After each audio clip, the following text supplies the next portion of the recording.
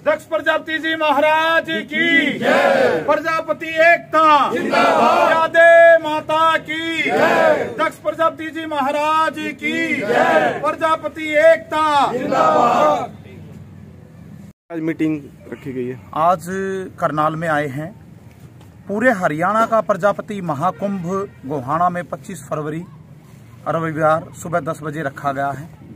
तो ये जो प्रोग्राम, इसके माध्यम से हमारी जो जनसंख्या उसके अनुपात में हमें विधानसभा की टिकटें चाहिए 5, एक लोकसभा हिसार की टिकट चाहिए समाज को। उसके बाद जो माटी कला बोर्ड है वो असंवैधानिक है, ना तो उसका कोई बजट है, ना उसका कोई नियम है, ना उसका अपना संविधान है। तो हमारी प्रार्थना है सरकार से कि माटी कला जो बोर्ड है उसको संवैधानिक दर्जा दे करके उसका सालाना बजट है वो 400 से 500 करोड़ होना चाहिए, जिससे कि प्रजापति समाज का विकास किया जा सके। इसके बाद जो हमारे प्रजापति समाज की हर बार चुनाव से पहले हर पार्टी, हर सरकार एक खबर लगवाती है अखबारों में कि प्रजापति समाज को 5-5 एकड़ जो जमीन मिट्टी के लिए गांव में दी गई है उसका मालिकाना हक दिया जाएगा और उस पर उसका कब्जा करा दिया जाएगा। लेकिन हर बार ये खबर ही बन के रह जाती। सरकार सत्ता में आने के बाद इस समाज की तरफ मुड़ के नहीं देखती।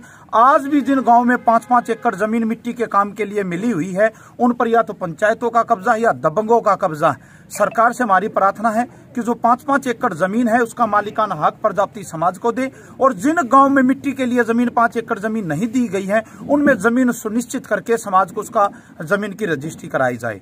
एक बात और समस्या आती है, एक तरफ तो सरकार जो भी होती है, जिस पार्टी की सरकार होती है, वो कहते हैं कि जो ये मिट्टी के काम है, जो मिट्टी के बर्तन है, ये बहुत पुराने हैं, पुरातत्विक है और इनसे कोई बीमारी नहीं फैलती, इसलिए मिट्टी के बर्तनों को बढ़ावा देने के लिए हमारे समाज के लोगों को ट्रेनिंग देती है, उनको 50,000 रुपये 1 लाख रुपए लोन भी देती है कि आप मिट्टी का काम कीजिए बढ़ावा देने के लिए। और दूसरी तरफ सरकार प्रदूषण के नाम पर जो मिट्टी पकाने के लिए जो आवे लगाए जाते हैं, वहां पर जब आवे में मटके या दिए पकाए जाते हैं तो उन लोगों पर FIR दर्ज कर दी जाती है कि इनसे प्रदूषण फैलता है। ये दोगली नीति है। सरकार बताए कि जब वो एक तरफ तो हमारे को लोन देती है, कला सिखाती है, दूसरी तरफ हम मटकों को पकाए तो मुकदमा दर्ज कर देती है, तो फिर इस कला को हम आगे कैसे बढ़ाएं?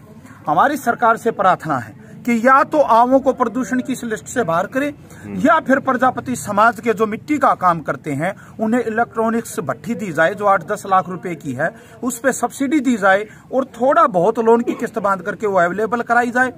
और दूसरी बात यह है कि हम लोग जो मिट्टी का काम करते हैं, जब ये बारिश होती, जैसे कब बारिश आने पे है, तो जो मटके बनाने के लिए आवे में चढ़ा देते, ऊपर से बारिश आ जी तो सारी मिट्टी के बर्तन उसमें गल के खत्म हो जाते हैं। प्रजापति समाज का आदमी 2-3 महीने मेहनत करके वो मटके, दिए, कुल्हे, चिगसी बनाता है, वो बारिश के कारण सारे खत्म हो जाते हैं। इंश्योरेंस होनी चाहिए, उनका इंश्योरेंस होना चाहिए। जो मिट्टी का काम करते, जो भट्ठों पे काम करते, उनका इंश्योरेंस नहीं होता। उनके साथ कोई हादसा हो जाता तो मिट्टी कला बोर्ड को इतनी भी पावर नहीं है चेयरमैन के 5 रुपए का चेक भी समाज को दे दे।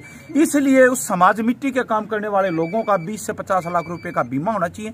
हमारी जातिगत जनगणना करा करके जितनी हमारी संख्या है उसके हिसाब से हमें राजनीतिक कोटा और आरक्षण दिया जाए ताकि ये समाज आगे बढ़ सके। इन्हीं बातों को लेकर 25 फरवरी को लेकर के 25 फरवरी 2024 को पूरे हरियाणा से लाखों की संख्या में गोहाना में प्रजापति महाकुंभ। क्या नाम आपका? शिव कुमार रंगीला, गोहाना से।